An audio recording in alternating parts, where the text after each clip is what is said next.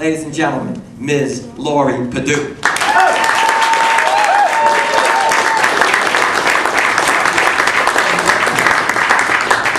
Can you hear me? Yes. Great. I'm so honored to be here with you this evening. Mac, I am so flattered. That coming from you, that means so very much. And I'm so happy to share with you this evening, and thank you for welcoming me.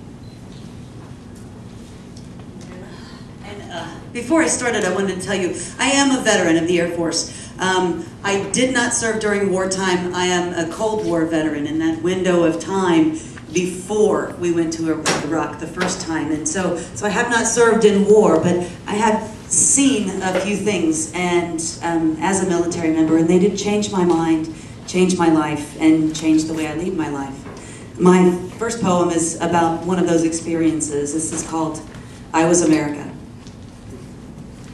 I can still feel her hand on my sleeve, still see her eyes dark and weary and somehow hopeful.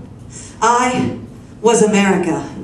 To one woman hoping for rescue, I was America. She spotted me across the bazaar. She beelined, leaving the child with another and catching our host nation liaison by surprise. She approached with purpose.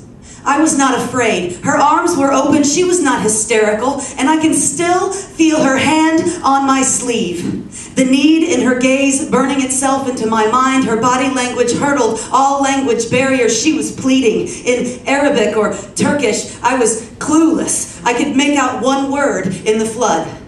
America.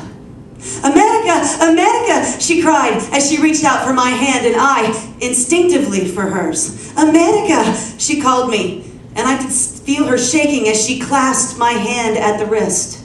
Our Turkish liaison caught up and with a torrent of language placed himself between us.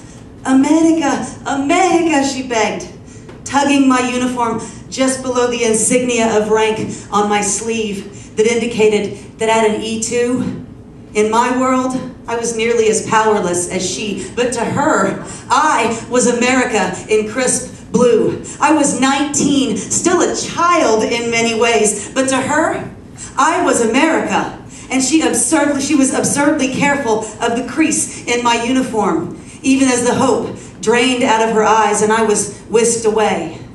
I was America. I was 19, under orders to produce a feature story for the Armed Forces Television Network on GI travel to ancient sites in Turkey. She was pleading. It was multilingual, cross-cultural, and international. I was America. She was an Iraqi Kurd that had fled Saddam Hussein's mustard gas attacks. I was America with cameras and microphones instead of food and medicine. She was a refugee of attempted genocide, a refugee of power and weapons we supplied, and I was America's response. Whoa.